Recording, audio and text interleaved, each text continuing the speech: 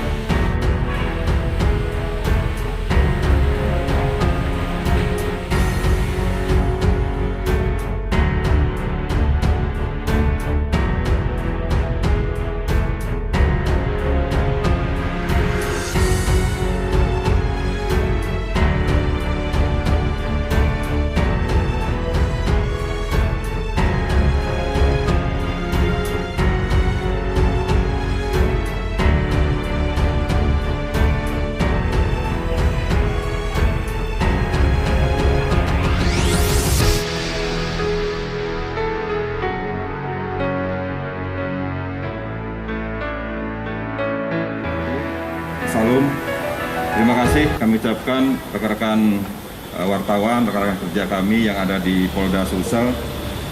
Hari ini kita akan merilis adanya pengungkapan kasus penyalahgunaan alokasi DMO, DPO, RDB di Kota Makassar. Ya. Ini dilakukan berkat adanya informasi dari masyarakat di mana ada kerjasama yang baik antara Satgas Pangan Pusat bekerjasama dengan Satgas Pangan daerah Sulsel, sehingga pada hari ini kita bisa merilis ya kasus yang selama ini adanya penyimpangan penyalahgunaan minyak goreng. Ya. Kita ketahui bahwa di media cetak, media elektronik itu banyak sekali informasi-informasi terkait dengan adanya penyalahgunaan minyak goreng di beberapa daerah, ya, adanya temuan-temuan. Keberhasilan ini akan kita rilis hari ini, di mana kalau kita lihat laporan polisinya ada LI 156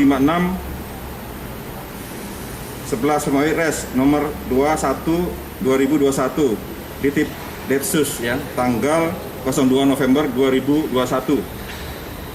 di mana kalau kita ketahui bahwa dugaan adanya pelanggaran penyalahgunaan alokasi DMO dan DPO minyak goreng sesuai dengan yang dimaksud dalam pasal 8A Permendak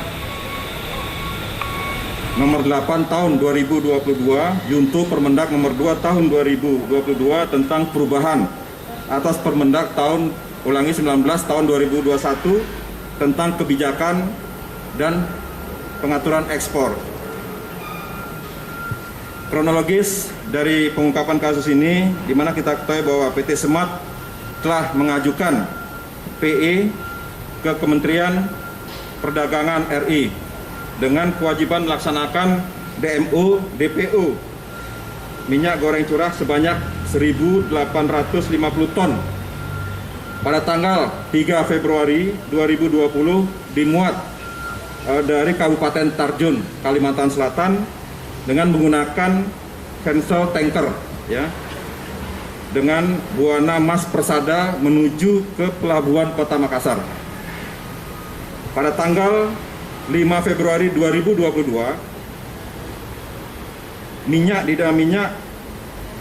di dalam kapal disalurkan ke kilang minyak PT Semat. Ya, modusnya yang dilakukan oleh PT Semat ini adalah terduga melakukan penyalahgunaan alokasi DMO sebesar 20%, di mana DPO RDB minyak goreng curah dengan harga domestik yang seharusnya 10.300 per kilogram guna mendapatkan pencatatan ekspor alokasi keperluan rumah tangga, sebagian dialihkan kepada industri dengan harga 18.100 kg sampai dengan 18.600 kg, dan untuk keperluan rumah tangga dengan harga 12.000 kg. Ini yang kita ungkap, baik yang dilakukan oleh Satgas Pangan Pusat bekerja sama dengan Satgas Pangan Daerah. Itu dari hasil penyelidikan, PT Semat telah melakukan penyaluran minyak tersebut ke beberapa CV. Yang pertama adalah CV Duta Abadi. Itu dilakukan sebanyak 6 kali, dengan total penjualan rumah tangga sebanyak 420.000 ton dan 45.000 ton untuk industri. Sedangkan pada PT Kilang itu sebanyak 1 kali, yaitu sebanyak 50 ton seharga 12.000 per kilogram. Yang ketiga adalah ke CP Evan Daru. Itu dilakukan sebanyak 4 kali, rekan-rekan ya. Dengan total perusahaan adalah 833 ton.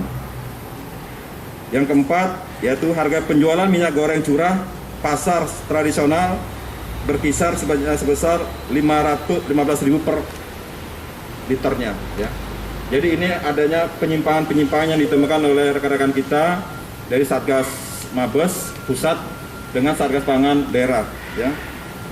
Jadi pasal yang dilanggar adalah pasal 8A Permendak nomor 8 tahun 2022 Junto Permendak nomor 2 tahun 2022 tentang perubahan atas Permendak nomor 19 tahun 2021, di mana adanya suatu kebijakan dan pengaturan ekspor. Jadi akan dikenakan sanksi, larangan atau pencabutan izin ekspor.